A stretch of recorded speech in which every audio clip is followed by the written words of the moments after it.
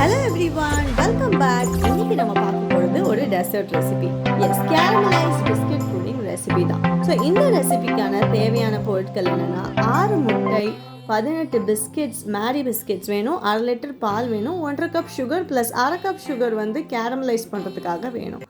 So ஒரு 1/2 litre பாலை நல்லா கொதிக்க வச்சு ஆற வச்சுட்டு இருக்கிற நேரத்தில் நல்லா ஆடுறதுக்கு முன்னாடியே நம்ம பிஸ்கெட்ஸ் எல்லாத்தையும் ஒரு 4 உடைச்சி போட்டுக்கலாம். பிஸ்கெட்ஸை வந்து பவுடர் பண்ணியோ ரொம்ப கிரம்பிள் பண்ணியோ போடாதீங்க. ஏன்னா அந்த பிஸ்கட்டோட சங்க்ஸ் டெக்ஸ்சர் வந்து நம்ம அந்த புடிங் சாப்பிட்றப்ப வரணும்.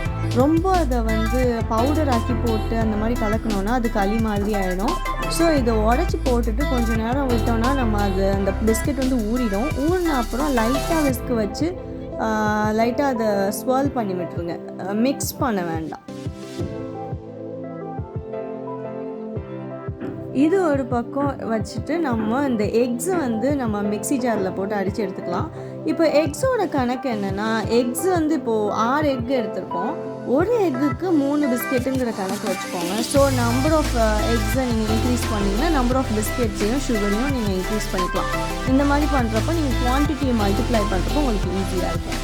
ஸோ இப்போ 6 எக்குக்கு 18 பிஸ்கெட் எடுத்துருக்கோம். ஸோ 6 × 3 18ங்கிறதுனால இதில் வந்து 1/2 கப் சுகர் நான் ஆட் பண்ணுறேன். உங்களுக்கு ஸ்வீட்னஸ் ரொம்ப ஜாஸ்தியாக தேவைப்படுதுன்னா 2 கப் கூட ஆட் பண்ணிக்கலாம். பட் 1/2 கப்லேயே நல்லாயிருக்கும்.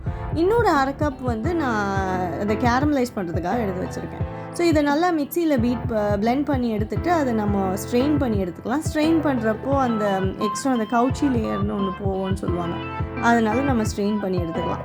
ஸ்ட்ரெயின் பண்ண அப்புறம் அந்த முட்டையில் கொஞ்சம் இந்த ஸ்ட்ராங்கான ஸ்மெல் இருக்கிறப்போ நம்ம லைட்டாக கொஞ்சம் எசன்ஸ் ஊற்றினோன்னா நல்லாயிருக்கும். ஸோ வெனிலா எசன்ஸ் ஒரு ஃபியூ ட்ராப்ஸ் நான் ஆட் பண்ணிவிட்டு மிக்ஸ் பண்ணி வச்சுக்கிறேன்.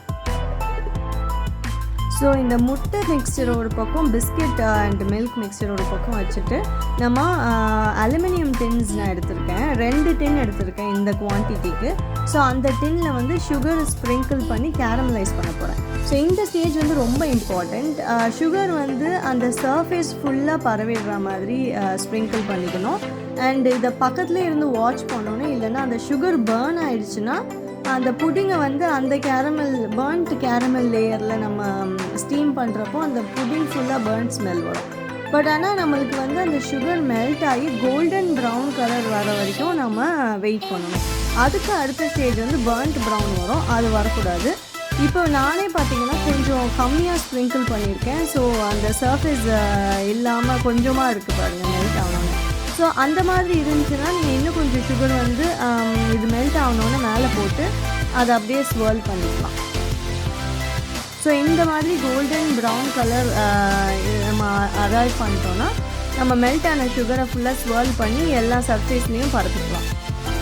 இதை நம்ம ஒரு பக்கம் கூல் பண்ண விட்டுலாம். இதே மாதிரி 2 டின்னுக்கும் நான் பண்ணிட்டேன்.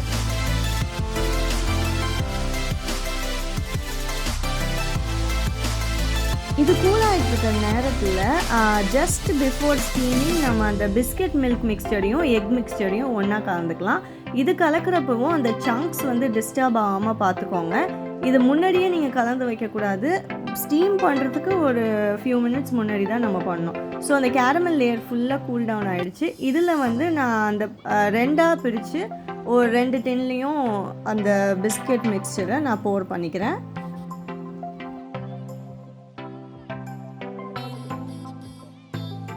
இந்த 2 டின்னையும் நான் வந்து ஸ்டீம் எப்படி பண்ண போகிறேன்னா, ரைஸ் குக்கரில் நான் ஸ்டீம் பண்ண போகிறேன் தண்ணி வச்சு.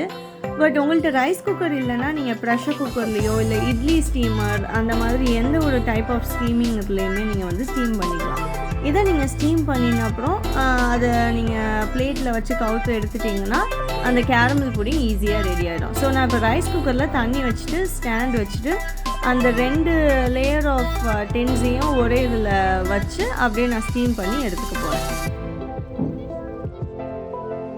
இது ஸ்டீம் ஆகுறப்போ அந்த பிஸ்கெட், எக்கு, அந்த மில்க் இது வந்து நல்லா சாலிட் ஆகிடும்.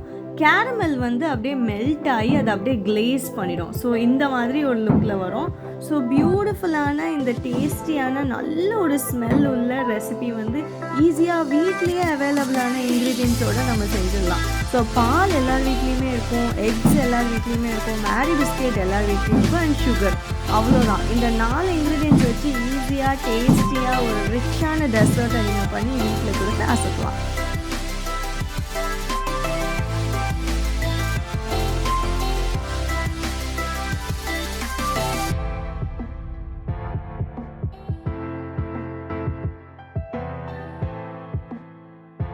இந்த ஈஸியான ரெசிபியை நீங்கள் வீட்டில் ட்ரை பண்ணிட்டு உங்களுக்கு எப்படி டர்ன் அவுட் ஆச்சுங்கிறத கமெண்ட் செக்ஷனில் ஷேர் பண்ணுங்கள்.